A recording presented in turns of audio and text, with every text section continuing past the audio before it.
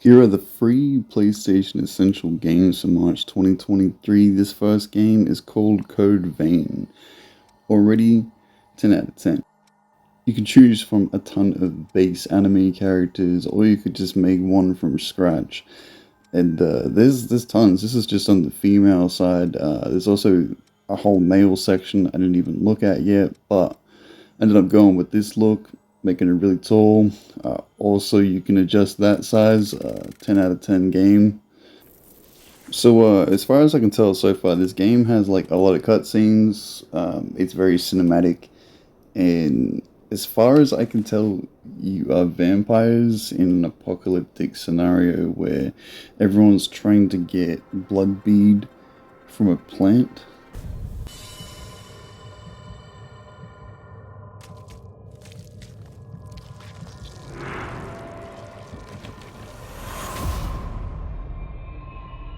Anyway, it also appears that you get captured and you guys have to farm them blood beads for your captors. You can have this one back when you return. In exchange for any blood beads you find, of course. So then you get into the actual gameplay of it, and it looks like you gotta kind of make your way through. It doesn't really tell you which way to go. It kind of reminds me of Dark Souls a little bit, with the fact that you get like little trees you stop at and rest at, and it'll regenerate like your healing potion. You get like 3 of them, and reset the whole map so like all the enemies will be back alive.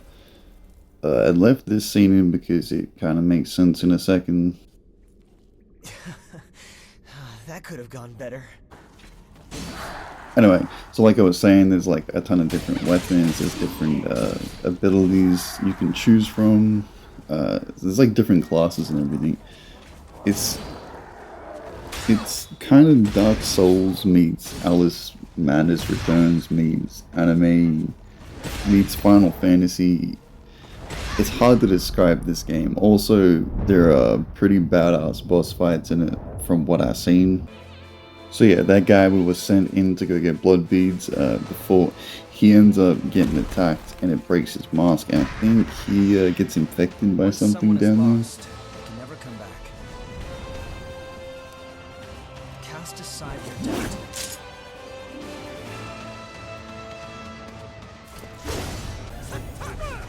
Anyway, this was actually really hard. I ended up failing the first time, and I felt so disrespected by how badly I got beaten that I ended up actually playing the game for a little longer than I wanted to, and leveling up and learning new abilities just so I could beat his ass. Because, I mean, like, it starts off kind of normal here, easy to dodge, but then he transforms after a little bit.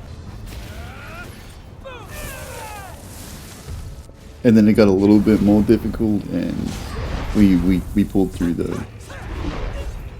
Wasn't about to get punked by this game.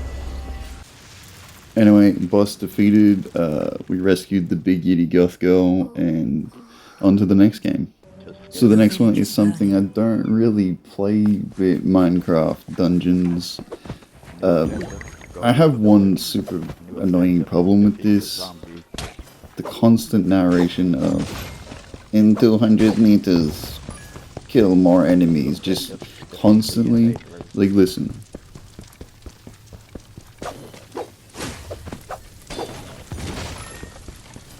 You objective, defeat the invaders. You objective, shoot the skeleton guard.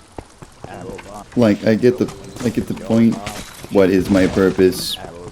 Oh god. And then wisely use R2 bots and But to be honest, beyond hearing that annoying, just life-draining voice repetitively telling me that there's more enemies in a game where clearly there's going to be more enemies, actually I kind of had a little fun. I ain't gonna lie. I even made it right to the end of the level. You got greedy with this little survival thing. It just said survive on the thing too, and then for some reason the narrator decided that he was just going to tell me that I had to survive even though I just read that, and at this point I was getting really sick of his voice. But I did have this cool little pig with me, that's a bonus. You were too late to rescue the villagers, but don't fret. They're still out there somewhere waiting for a hero to find them. Anyway, up next, Battlefield 2042. Fire, flint, language, machines. In the face of crises, humanity adapted. Now, I didn't actually have time to let this fully download so I could play it online, but this is kind of the same thing playing against the bots. It is cool that I actually do see that option, play against the bots, because, I mean, like the other Battlefields, I had to play all the way through like a storyline and stuff. But anyway, there's unique things you can kind of do in this. You hold triangle, you can change the attachments of your gun mid-fight instead of having to do the whole loadout screen and get killed while you're standing there type of stuff. Anyway, if you haven't played a Battlefield before, it's basically just a little war zone going on. There's whole different war zones going on throughout the entire map. So you got like A, B, C, D, domination style type of thing you got to capture in this game mode anyway. Conquest, I think there's also like Russian stuff and other ones, but the game is usually action packed from start to finish when you play with other people. Just 10 out of 10 games really. I wasn't really a fan of this when I played the beta, but it is free if you want to try it yourself. I also think this testing map isn't the best graphics and stuff, but some of the other ones would be. Also, look at this cool detail of like some sort of sandstorm happening. I do like that Battlefield includes stuff like that. I really hope that that helicopter just stuck in the air there isn't a permanent thing or a sign of all the glitches to come, but normally with Battlefield there's like intense fights where there's helicopters coming at you, there's tanks coming at you, there's foot soldiers coming at you, buildings are destructible, things are collapsing on you. Like, it's normally some of the most fun I've ever had in a first-person shooter, and when I play online with this I kind of hope it's the same thing, because it's fun as hell to play Battlefield 4 still to this day.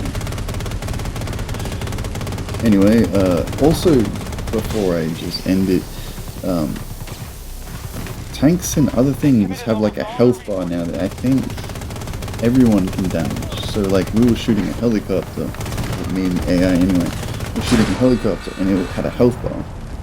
So I guess that's different, because normally in the old games, when you shoot a helicopter with like an assault rifle or something, it isn't going to do anything whatsoever unless you hit the driver. But, you know, that's interesting. As you can see from here, that sometimes this game just turns into a movie. Anyway, they're the free PlayStation games with the PS Essentials for March 2023. Get them while you can. Even if you're not really the biggest fan of them, I just add them to my collection in case someone comes over that wants to play them type of thing, or if I ever feel like I'm bored and I'm playing.